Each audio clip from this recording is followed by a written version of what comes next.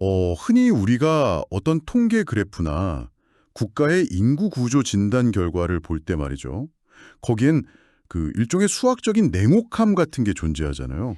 네, 확실히 그렇죠. 아주 차가운 숫자들만 남으니까요. 맞아요. 숫자가 막 가파르게 올라가고 인구 구조를 나타내는 피라미드 그래프가 역삼각형으로 확 꺾이면 세상은 그 선을 가리키면서 아주 단호하게 결론을 내립니다. 자, 보십시오. 여기가 바로 국가적 위기입니다 하고요. 사실 그게 가장 쉬운 방식이거든요. 숫자로 겁을 주는 거요. 그렇죠. 2000년에 7.2%에 불과했던 대한민국의 65세 이상 인구가 2018년엔 14%를 넘어섰고 당장 2026년에는 전체 인구의 20%를 차지하는 이른바 초고령 사회에 진입한다는 통계. 아마 지금 이 방송을 듣고 계신 여러분들도 최근 뉴스에서 수도 없이 접하셨을 겁니다. 네, 매일같이 나오는 이야기죠. 그리고 세상은 그 가파른 우상향 그래프를 보면서 부양의 짐이라든가 국가적 부담, 또 성장 동력의 상실이라는 아주 무거운 꼬리표를 달아버리거든요. 그게 참 안타까운 지점이에요. 아주 철저하게 경제적 무게와 효율성이라는 잣대로만 계산되는 현상이잖아요. 우리는 사람의 가치를 생산 능력하고 비용이라는 카테고리 안에 가둬놓고 노년이라는 그 거대한 인생의 계절을 그저 사회가 짊어져야 할 부채로 막 우겨넣고 있는 셈인 거죠. 네, 정말 차갑고 단순한 계산이에요. 사실 이런 사회적 분위기 속에서 우리 각자도 마음 한구석에 늙어감에 대한 어떤 막연한 두려움이나 어떻게든 피하고 싶은 마음을 계속 키워가고 있는지도 모릅니다. 맞아요. 누구나 늙는 걸 두려워하죠. 하지만 오늘 우리가 함께 파고들 이 깊은 대화의 여정은 그 차가운 통계와 그래프를 완전히 다른 시선으로 해치해 볼 겁니다. 특히 성경 신학의 관점에서 노인학을 들여다보는 순간 세상이 만들어 놓은 그 두려운 프레임은 완전히 붕괴되거든요. 완전히 부서지죠. 그게 이 주제의 가장 매력적인 부분입니다.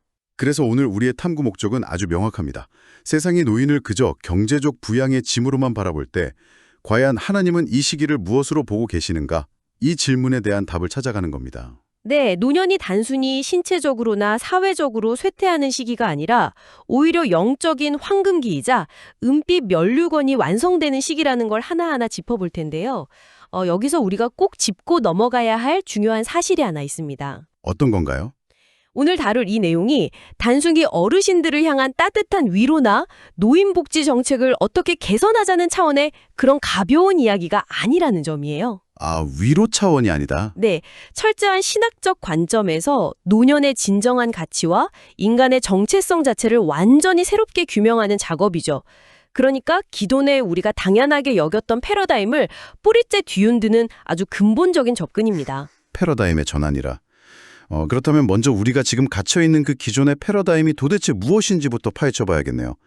노인 인구가 폭발적으로 급증하는 이 현실 속에서 현대 학문이나 사회는 이 현상을 주로 어떻게 다루고 있습니까? 우리가 가장 흔하게 접하는 이른바 세속적 노인학을 먼저 생각해보죠. 생물학이나 병리학적 접근인데요. 이들의 초점은 오직 생물학적 생존, 그리고 물리적 수명 연장에만 집중되어 있습니다. 그러니까 어떻게든 오래 살게 만드는 거에만 집중하는 거죠? 맞습니다. 노화라는 과정을 자연스러운 삶의 섭리가 아니라 어떻게든 의학 기술로 극복하고 지연시켜야 할 일종의 질병으로 간주하는 거예요. 안티에이징 산업이 그 대표적인 예잖아요. 하지만 결국 육체의 한계는 피할 수 없고 이런 인본주의적 접근은 끝내 절망에 부딪힐 수밖에 없습니다. 확실히 육체는 결국 늙어가기 마련인데 그걸 극복해야 할 질병으로 규정해버리면 노인들은 매일매일 그 질병에 굴복하고 있는 패배자가 되어버리는 거네요. 정확합니다. 매일 지는 싸움을 하는 거죠. 그렇다면 종교계는 좀 다를까요? 그래도 신앙을 가진 사람들은 노년을 훨씬 더 가치 있게 바라보지 않나요? 안타깝게도 기존의 전통적 기독교 노인학조차 그 한계가 명확했습니다. 주로 위로나 종교 심리학의 수준에 머물러 있었거든요. 나이가 들어서 죽음에 대한 공포가 커지니까 그걸 극복하게 돕거나 아니면 그냥 막연하게 천국의 소망을 가지세요 하고 다독이는 시기죠. 좋은 말씀이긴 하지만 뭔가 현실적인 힘은 좀 빠지는 느낌이네요. 그렇죠. 물론 이런 위로도 필요합니다. 하지만 이것은 현실 도피적인 안정감을 줄 뿐이지 노년이라는 그 현재의 삶이 도대체 왜 가치 있는지를 설명해 주지 못하거든요. 남은 삶의 주체성을 회복시켜 주지 못하는 겁니다. 가만 들어보니까 기존의 노인학이라는 건 마치 수명에 다해가는 낡은 스마트폰의 배터리 시간만 어떻게든 늘리려고 안간힘을 쓰는 것과 같군요. 아, 스마트폰 배터리 비유, 그거 정말 딱 맞네요. 그렇죠. 화면 밝기를 줄이고 백그라운드 앱을 끄면서 배터리를 한 10분, 20분 더 연장하는 데만 집착할 뿐 정작 그 켜진 스마트폰으로 어떤 가치 있는 앱을 실행할지 그 남은 배터리로 누구랑 어떤 의미 있는 통화를 할지는 전혀 고민하지 않는 거네요. 네, 생존의 물리적 길이하고 존재의 깊이를 혼동하는 아주 전형적인 오류죠. 배터리가 단 5% 남았더라도 그 순간에 가장 핵심적이고 가치 있는 목적을 수행할 수 있다면 그 기기는 제 역할을 완벽히 다하는 거잖아요. 맞아요. 바로 여기서 성경신학적 접근이 완전히 새로운 해결책을 던집니다. 노년기를 단순히 버티는 육체의 쇠퇴기가 아니라 평생에 걸친 하나님의 주권적 섭리를 깨닫고 영적으로 가장 성숙해지는 언약 성취의 증인으로 세우는 겁니다. 언약 성취의 증인이요? 네, 노년의 시간을 무기력한 잉여의 시간이 아니라 진정한 삶의 주체성을 발휘하는 결정적 시기로 보는 유일한 관점인 거죠. 와, 배터리가 가장 적게 남았을 때 발휘되는 가장 강력한 주체성이라. 그렇다면 성경은 도대체 노인을 어떻게 정의하고 있기에 이런 거대한 패러다임의 전환이 가능한 걸까요? 원어에 담긴 의미들을 들여다보면 우리가 일상적으로 쓰는 늙은이나 어르신이라는 단어와는 결이 완전히 다르다고 하던데요. 네, 언어의 뿌리를 살펴보면 성장이 노인을 어떤 존재로 바라보는지 아주 선명하게 드러납니다. 구약 성경에서 노인을 뜻하는 대표적인 단어 중에 자켄이라는 말이 있습니다. 자켄이요? 무슨 뜻인가요? 이 단어는 단순히 피부에 주름이 쥐고 나이가 많은 생물학적 상태를 뜻하는 게 절대 아닙니다.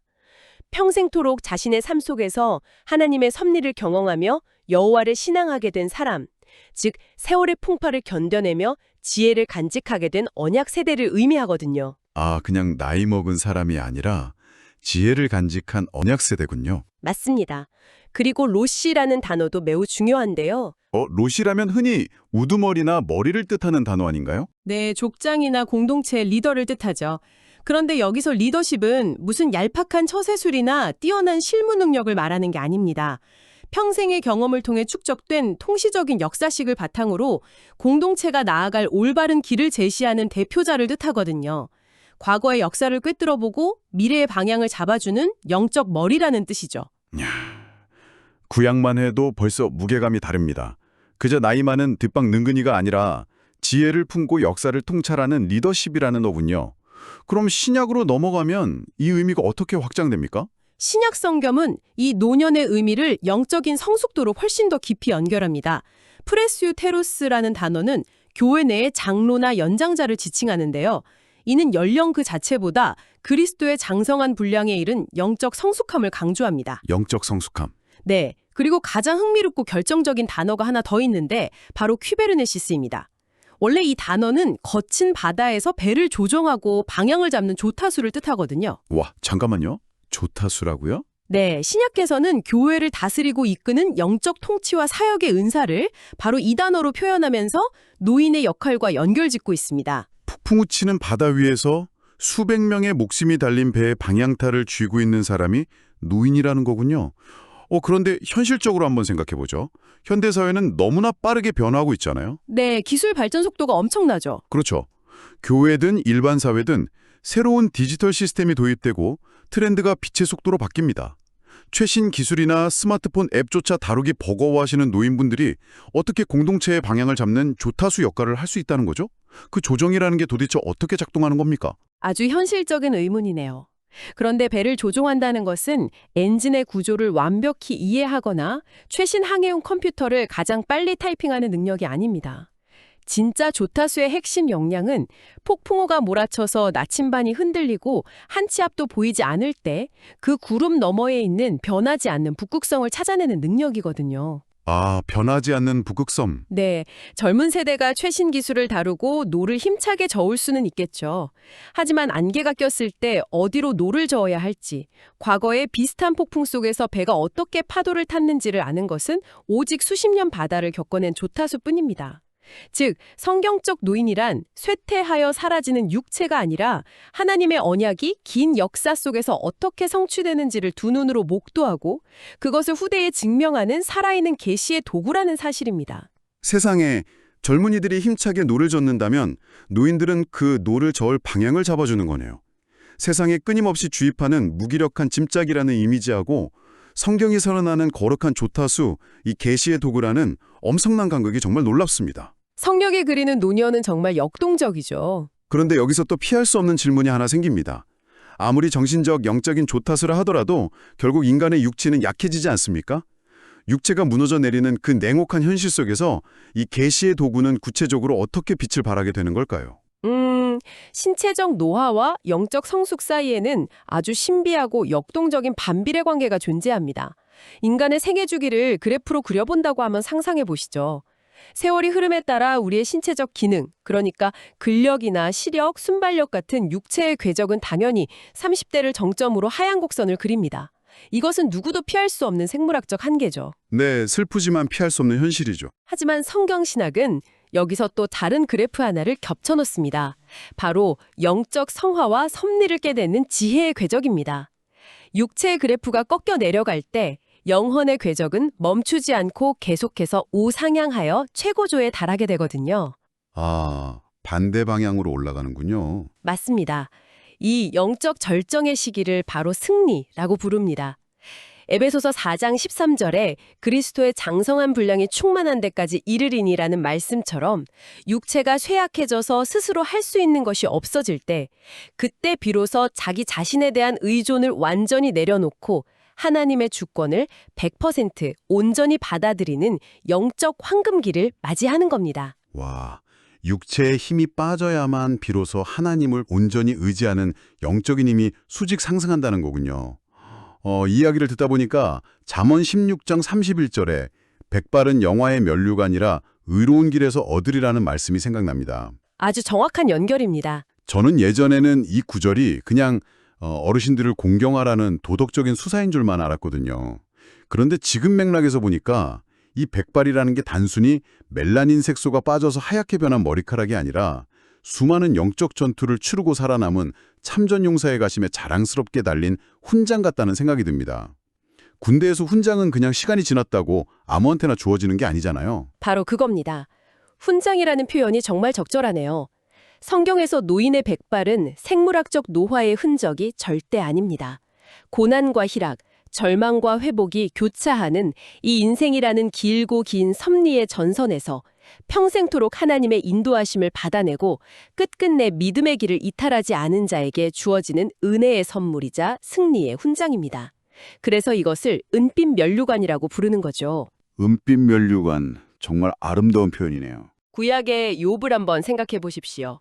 욥이 재산을 잃고 자녀를 잃고 온몸에 병이 드는 처절한 고난을 다 통과한 후에 마지막에 이렇게 고백하잖아요. 내가 주께 대하여 귀로 듣기만 하였사오나 이제는 눈으로 주를 배움나이다 하고요. 육체는 정말 만신창이가 되었지만 영적으로는 하나님을 대면하는 가장 높은 경지에 올랐습니다. 이 깊은 경륜의 가치, 이것이 백발이라는 은빛 연류관에 담긴 진짜 의미입니다. 몸은 무너졌지만 영혼은 수많은 폭풍을 뚫고 올라가서 드디어 승리의 훈장을 달았다. 정말 감동적인데요. 그렇다면 이 훈장을 단 노인들은 그 찬란한 은빛 면류관을 쓴 채로 이 남은 현실의 삶을 도대체 어떻게 살아가게 됩니까? 영적으로 고상해졌다고 해서 세상과 딱 단절하고 산속에 들어가서 기도만 할 수는 없잖아요. 물론이죠.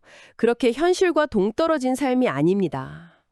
이들이 현실 속에서 어떻게 살아가는지를 설명하는 아주 중요한 개념이 있던데요. 실천적 신학자라는 개념 말입니다. 네, 이 부분이 기독교 노인학이 도달하는 가장 아름다운 백미라고 할 수 있습니다. 노인은 단순히 성경 지식을 머리로 많이 아는 사람이 아닙니다. 기독교 노인학이 정의하는 완성된 노인은 하나님의 의로 성화되어 신학의 진수를 삶 속에서 실천적으로 누리는 사람입니다. 삶 속에서 실천적으로 누린다. 구체적으로 어떤 과정인가요? 이들은 4단계의 거룩한 순환 과정을 거치게 되는데요. 첫째, 험난하고 치열한 삶의 경험을 온몸으로 통과합니다. 둘째, 그 수많은 우여곡절 속에서 결국 모든 만사가 하나님의 언약대로 이루어진다는 섭리의 체험을 하게 되죠. 경험을 통해서 섭리를 깨닫는군요. 맞습니다. 그리고 셋째, 내 뜻과 내 힘으로 살았다고 믿었던 그 교만을 다 내려놓고 하나님의 절대 주권에 순복하며 자족하는 주권의 인정 단계에 이릅니다. 마지막으로 어떠한 환경 속에서도 여호와를 경외하는 참된 신앙 고백을 터뜨리며 신학의 완성을 이루는 겁니다. 머리로 배운 신학이 아니라 내 삶의 궤적 전체를 갈아 넣어 증명해낸 진짜 신학자가 되는 거죠. 삶의 경험, 섭리의 체험, 주권의 인정, 신학의 완성. 와, 정말 온몸으로 써내려간 논문 같네요. 그런데요, 여기서 제가 좀 솔직한 반론, 아니 어쩌면 지금 이 방송을 듣고 계신 여러분들의 마음 한구석에 피어오를 법한 현실적인 의문을 하나 던져보겠습니다. 네, 어떤 의문인가요? 이 순환 과정이나 영적 승리라는 말이 참 아름답고 숭고하긴 합니다. 하지만 문을 열고 현실로 나가면 세상은 끊임없이 우리 귀에 대고 이렇게 소리치잖아요. 무언가를 생산해내지 않으면 당신은 가치가 없어. 직함을 잃고 돈을 벌지 못하면 넌 그저 잉여인간이고 사회 지밀꾼이야 하고요. 세상의 자본주의적 기준은 너무나 맹렬하고 잔인합니다. 네, 아주 현실적이고 뼈아픈 지적입니다. 몸이 아프고 경제적 능력이 떨어진 평범한 75세 할아버지가 일요일 저녁 가족 식사 자리에서 자식들 눈치를 보며 밥을 넘기는 그 씁쓸한 현실 속에서 이런 신학적 승리가 어떻게 세상을 이겨낼 수 있다는 거죠? 너무 공허한 이상주의 아닙니까? 많은 분들이 그렇게 느끼실 수 있습니다. 그 압박감이 바로 현대사회의 노인들이 겪는 가장 큰 고통이기도 하고요. 하지만 바로 그 지점에서 이 실천적 신학자들의 내재적 초월이 빛을 발하는 겁니다. 내재적 초월이요? 네. 이들 여전히 가치체계에 맞서서 억지로 자기 증명을 하려고 애쓰는 게 아니라 그 판 자체를 완벽하게 전복시켜버립니다. 세 가지 측면에서 이 초월이 일어나는데요. 첫째, 세상은 사람을 생산성으로 평가하지만 노년의 신앙인은 이를 영적 열매로 전복시킵니다. 육체적 노동력으로 돈을 벌어오는 능력은 상실했을지언정 성령의 열매인 사랑, 희락, 화평, 오래 참음을 통해 가족과 공동체를 품어내는 능력은 오히려 극대화되거든요. 내가 한 달에 얼마를 버느냐가 아니라 내가 이 가정에 어떤 평안을 가져다주는 존재인가로 그 기준 자체를 바꿔버린다는 거군요. 맞습니다. 판을 엎어버리는 거죠. 둘째가 더 경이로운데요. 세상은 당신이 무엇을 소유했는가, 어떤 기능을 할 수 있는가로 평가합니다. 하지만 노인은 이를 존재와 성화라는 가치로 초월합니다.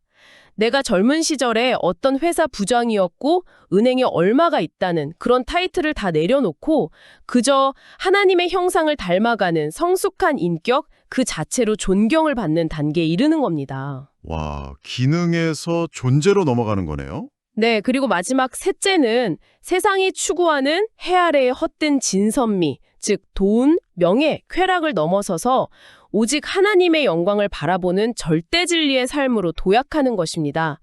경제적 기능이 사라졌다고 가치가 없어지는 것이 아니라 그 기능의 껍데기를 훌훌 벗어 던져야만 드러나는 본질적이고 영원한 가치를 획득하게 되는 거죠.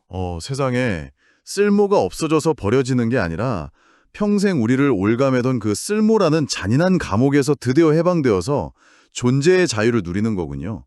기능이 아닌 존재 자체로 빛난다.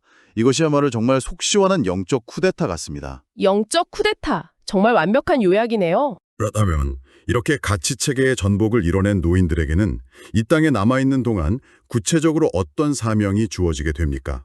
그저 그 자유를 누리면서 조용히 계시면 되는 건가요? 절대 아닙니다. 이 거룩한 전복을 경험한 노인 성도에게는 공동체를 든든하게 지탱하는 두 가지 굵직한 소명이 주어집니다. 첫 번째는 내적 소명으로 한마디로 요약하면 여호와를 경외함입니다. 여호와를 경외하며? 네. 수십 년의 풍파를 겪으며 훈련되었기 때문에 나에게 다가오는 질병이나 빈곤 같은 거친 환경의 변화 속에서도 그 안에 담긴 하나님의 선하신 뜻을 분별하고 자족할 줄 알게 됩니다. 옹졸해지거나 과거의 영광에 집착하는 대신에 오히려 마음의 품이 넓어져서 이타적인 사랑과 누물의 기도로 교회와 가족 공동체 전체를 영적으로 안아내는 참된 어른이 되는 거죠. 자신을 향한 두려움을 넘어서서 타인을 품어내는 영적 부모가 된다는 거군요. 그럼 두 번째 소명은 무엇입니까? 두 번째는 외적 소명, 즉 진리의 전승입니다. 신명기 4장 9절에서 하나님은 너는 그 일들을 내 아들들과 내 손자들에게 알게 하라고 명령하시거든요. 앞서 말씀드린 조타수의 역할이죠. 그런데 여기서 정말 중요한 포인트가 하나 있습니다. 노인들이 다음 세대에게 물려주어야 할 것은 세상 살아가는 처세술이나 생존의 기술이 아닙니다. 아, 나 때는 말이야 하면서 옛날에 이렇게 돈을 모았지 같은 그런 과거의 성공 공식을 주입하는 게 아니라는 뜻이군요. 네, 그런 기술적인 부분은 인터넷이나 젊은이들이 훨씬 더 잘 알잖아요. 세상이 바뀌었는데 그런 방식은 오히려 갈등만 유발할 뿐이죠. 맞아요. 오히려 잔소리로 들리기 십상이죠. 정확히 보셨습니다. 이들이 전수해야 하는 것은 자신이 평생 삶으로 목도한 하나님의 언약이 어떻게 성취되는가에 대한 확실성입니다. 오고 오는 세대를 향해서 얘들아, 세상이 아무리 변하고 기술이 발전해도 결국 인간의 생사화복을 쥐고 계신 분은 여호와 하나님 한 분뿐이시다. 내가 평생 살아보니 그것이 진짜 진리더라. 라는 살아있는 증거를 선포하는 겁니다. 와, 살아있는 증거. 돈이나 아파트를 물려주는 것이 아니라 변하지 않는 진리의 궤적을 다음 세대의 뇌리에 깊숙이 각인시켜서 결코 끊어지지 않는 신앙의 유산을 남기는 것. 이것이 노년의 가장 위대하고 대체 불가능한 외적 소명입니다. 지금 이 방송을 듣고 계신 여러분들도 한번 가만히 상상해 보십시오. 우리는 죽기 전에 자녀들에게 도대체 무엇을 물려주려고 그렇게 아등바등 살고 있습니까? 통장 잔고, 부동산, 아니면 이 경쟁 사회에서 살아남는 스펙. 오늘 이 깊은 대화가 우리에게 던지는 충격은 정말 묵직합니다. 그런 썩어 없어질 것들이 아니라 폭풍 속에서도 변하지 않는 진리의 방향키를 쥐어주는 것. 그것이 나이 든 자의 진짜 임무라는 거죠. 자, 이제 이 여정의 끝을 향해 가보겠습니다. 이 거룩한 소명을 가진 노인들이 결국 공동체 안에서 어떤 역할을 완성하게 되는지 하나의 아주 강력한 비유가 등장하더라고요. 네, 이 모든 신학적 논의의 결론이자 꽃이라고 할 수 있는 비유입니다. 교회와 신앙 공동체 안에서 노인 성도는 결코 돌봐줘야만 하는 무력한 짐이 아닙니다. 이들은 젊은 세대의 역동성과 유기적으로 결합해서 이 세상의 거친 조류 속에서 공동체가 떠내려가지 않도록 꽉 잡아주는 아주 깊고 무거운 닻입니다. 아, 닻이요. 앵커 말이죠. 네. 수십 년의 경륜을 가진 노인들의 지혜라는 그 닻과 청장년들의 물리적인 에너지라는 돛이 아름답게 결합할 때 비로소 세상을 이겨내고 항해하는 진정한 기독교 문화가 완성되는 것입니다. 닷과 돛의 결합. 와, 이 닻이라는 비유가 정말 많은 것을 설명해 줍니다. 거대한 배가 태풍을 만나서 막 파도가 칠 때 제자리에 머물 수 있는 건 선원들이 노를 잘 저어서가 아니잖아요. 보이지 않는 깊고 어두운 물속에서 묵묵히 배를 꽉 붙잡고 있는 그 무거운 닻이 있기 때문이죠. 네, 배를 살리는 진짜 힘이죠. 만약 효율성이라는 이름으로 닻이 너무 무겁고 짐스럽다면서 그 줄을 뚝 끊어내버린다면 어떻게 될까요? 겉보기에는 배가 가벼워져서 빨리빨리 갈 것 같지만 조금만 비바람이 불어도 시대의 조류에 휩쓸려서 완전히 난파하고 말 겁니다. 그렇기 때문에 노년의 끝자락은 무기력하게 병상에 누워 죽음만을 기다리는 희미한 그림자가 아닙니다.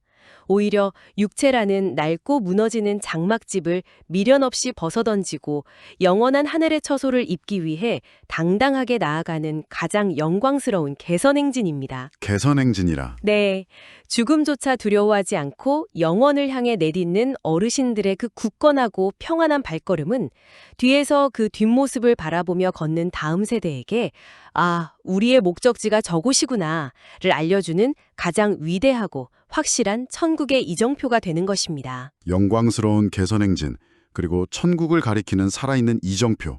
정말 가슴 벅찬 결론입니다. 자, 이제 오늘 우리가 나눈 이 깊은 대화를 갈무리할 시간입니다. 오늘 우리는 초고령 사회라는 세상의 차가운 통계 앞에서 시작해서 기독교 노인학이 보여주는 거대한 영적 파노라마를 함께 걸어왔습니다. 나이가 든다는 것을 두려움과 회피의 대상이 아니라 육체의 힘을 빼고 영적인 황금기를 맞이하는 시기로, 또 쓸모를 증명하는 삶에서 존재 자체로 빛나는 시기로 바라보게 되었습니다. 결국 하나님께서 보시는 노년은 경제적 지표나 주름살의 개수로 환산할 수 없는 정말 찬란한 시기입니다. 평생의 섭리를 깨달은 자만이 지닐 수 있는 은빛 면류관이자 흔들리는 세상을 든든히 지탱하는 공동체의 가장 강력한 닻이라는 사실. 사실 이것이야말로 진리가 우리에게 주는 진짜 자유일 것입니다. 이 긴 탐구의 여정을 끝까지 귀 기울여 들어주신 여러분께 진심으로 감사드립니다. 마지막으로 이 대화를 듣고 계신 여러분 한 분 한 분에게 묻고 싶습니다. 오늘 우리가 나눈 이 이야기들은 단순히 지금의 65세 이상 어르신들만을 위한 타인의 이야기가 아닙니다. 결국 하루하루 나이 들어가고 있는 당신의 미래, 바로 우리 자신에 관한 이야기죠. 그렇죠. 우리 모두의 이야기입니다. 만약 당신의 하얗게 새어가는 머리카락과 늘어가는 주름살이 사회적 잉여의 흔적이 아니라 평생에 걸친 치열한 영적 투쟁의 결과물인 찬란한 근빛 면류관이라는 사실을 오늘부터 온전히 믿게 된다면 당장 내일 아침 세면대 거울 속에서 나이 들어가는 자신의 얼굴을 바라보는 그 시선은 과연 어떻게 달라질까요? 경제적 쓸모를 증명하라는 세상의 윽박지름을 가볍게 비웃으면서 영적으로 치솟는 그 승리의 궤적 위에서 당신은 남은 삶 동안 다음 세대에게 어떤 든든한 다치자, 위대한 이정표로 남을 준비를 시작하시겠습니까? 각자의 마음속에서 그 묵직한 대답을 찾아보시길 바라며 오늘의 깊은 대화를 여기서 마칩니다.